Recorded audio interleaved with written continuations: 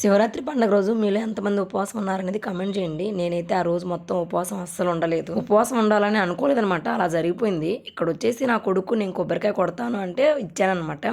సర్లే వాడు కొట్టాలి అనుకుంటుండు కదా! ఆ దేవుడికి దండం పెట్టుకొని కొబ్బరికాయ కొట్టేయి అంటే వాడు పాపం ట్రై చేసిండు. 3, 4 సార్లు కొట్టినా గానీ కొబ్బరికాయ పగలలేదనమాట. పక్కన మా వదిన నువ్వు కొట్టు ఇంకా అంటేను నేను తీసుకొని కొట్టాను. అవును, మీరు కొబ్బరికాయ కొట్టేటప్పుడు ఏమనుకుంటారనేది కామెంట్ చేయండి. నేనైతే ఒక్క దెబ్బకే కొబ్బరికాయ పగలాలని కోరుకుంటాను. ఎందుకంటే మనకు 2, 3 సార్లు పగలలేదనుకోండి పక్కన వాళ్ళు తినొచ్చు కదా, అందుకే పగలట్లేదు ఇది అంటారు. ఆ మాట అనిపించుకోకుండా ఉండాలని పగలాలి అని కోరుకుంటానమాట. నేను అంతమించి ఏం కోరుకోను. ఏమన్నా కోరుకొని కొట్టానంటే నిజంగా పగలదు. అందుకే నేను ఏం కోరుకోకుండా కొట్టుకుంటానమాట. ఏమన్నా కోరుకోవాలి అనుకుంటే విడిగా ఇప్పుడు కోరుకుంటాను అనమాట కొబ్బరికాయ కుట్టిన తర్వాత. ఇంకా మా దర్శనం అంతా అయిపోయేసరికి టైం వచ్చేసి 1 అవుతుందన్నమాట. ఇంకా బాగా ఆకలి అవుతుంది. అదేంటో ఫ్రెండ్స్, నిజంగా నాకు దర్శనం అయ్యేదాకా ఆకలి అవుద్దు. ఎప్పుడైతే దర్శనం అయిపోయిద్దో ఎమ్మటే భలే ఆకలి అవుద్ది అనమాట. నాకే అలా ఉండిద్దో అందరికి అలా ఉండిద్దో నాకు తెలియదు, కానీ నాకైతే చాలా సార్లు అనిపించింది ఇలాగా.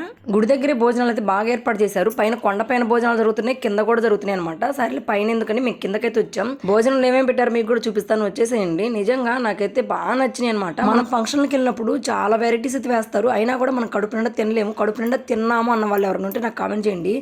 అదేంటో దేవుడి దగ్గర ఉన్న ప్రసాదం కానీ అన్నం కానీ చాలా అంటే చాలా బాగా కుదిరితే టేస్ట్ కూడా చాలా బాగుండిద్ది.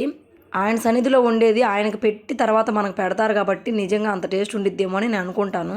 ఉపవాసం ఏం లేను కాబట్టి ఫుల్గా పెట్టించుకొని హ్యాపీగా తిన్నాను. నిజంగా పప్పు పచ్చడైనా కానీ టేస్ట్ అయితే చాలా బాగుంది. కడుపు నిండా తిన్నాను అబ్బా ఆ రోజు.